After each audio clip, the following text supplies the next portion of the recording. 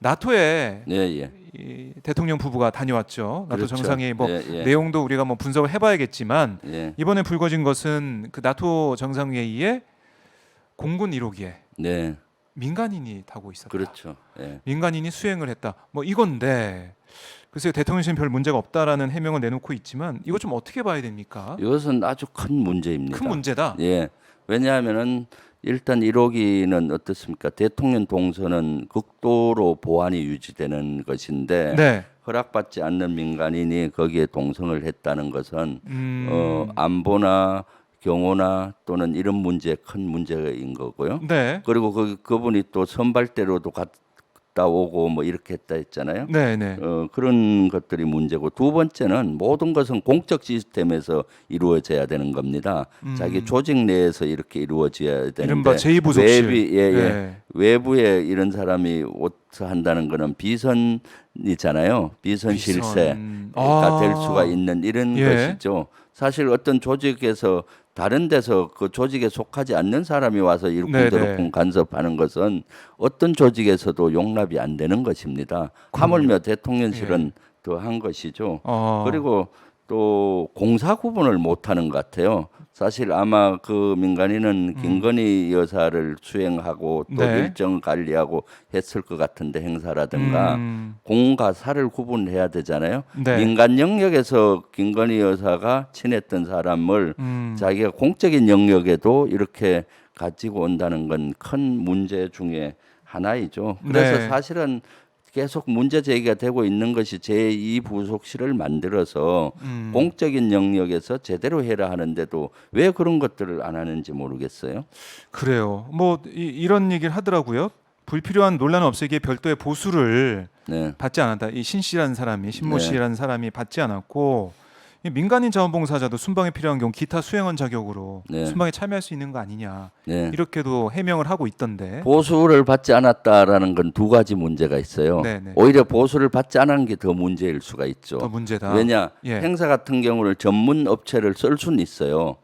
그때 이제 신원 조회하고 합당하게 네. 그렇게 쓴다면 이해가는데 보수를 주지 않았다라는 거는 그 문제가 있는 거죠. 그리고 네. 그 문제 속에는 보수만 안 줬지 비행기 1호기 그 항공료라든가 네. 숙박, 식사 이런 것들은 그렇겠죠. 본인이 예. 냈겠습니까? 아마 그 대통령실에서 냈을 확률이 많죠. 네. 1호기 탔다고 비행기 싹 받을 수 있나요? 그렇죠. 쉽지 않죠. 그러니까 사실은 네. 보수를 안 줬다는 아. 것로 이렇게 합리화를 하는데 네. 그 안에 각종 들어가는 비용들은 다 그 혈세인 국민의 세금으로 집행이 된 것들도 문제가 되는 것들이죠. 그렇죠. 이런 것들을 실제 네. 나중에 하나하나 따져봐야 됩니다. 그래서 이런 것들은 위법 소지도 많이 있는 것이죠. 네.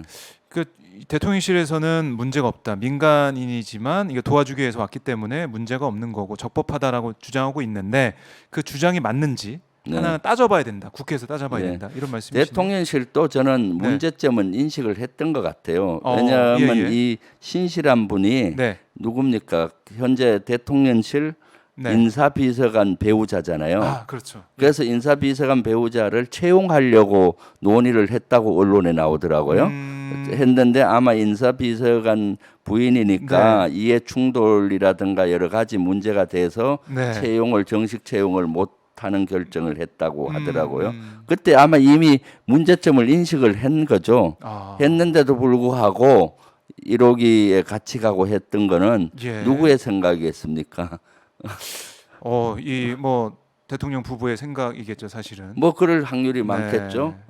그러니까 이런 것들은 참 큰 문제라고 저는 보여집니다. 모든 것은 공적 영역에서 해야 되고 또 한 문제는 자꾸 그 대통령실은 최고 에이스, 최고로 뛰어난 사람들을 채용을 해야 되는데 그 쓰는 인원들이 아름아름 이렇게 김건희 여사가 쓰는 인원은 아름아름 편하고 아는 사람을 쓰는 거죠. 네. 그것이 큰 문제예요. 한두 명은 쓸 수가 있습니까? 자기를 그동안 보좌하고 또 선거 운동할 때 같이 했던 사람 네. 한두 명은 쓸 수가 있지만은 대다수는 공채를 통해서 이렇게 우수 인재를 써야 되는 것이죠. 네.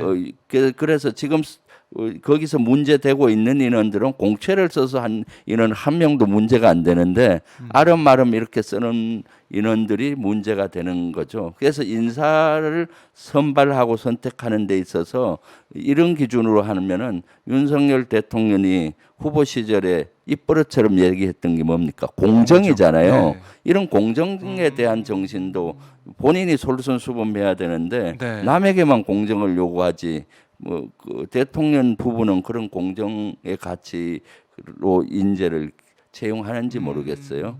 윤석열 대통령도 인사 문제로 지금 문제 되잖아요. 네. 뭐 동기생, 중앙고, 네. 뭐 후배, 선후배, 아는 사람, 또는 뭐 가까운 아는 사람, 또는 일해본 사람. 검사 출신, 예. 뭐 이런 사람 위주로 이렇게 하는 경향성이 있잖아요.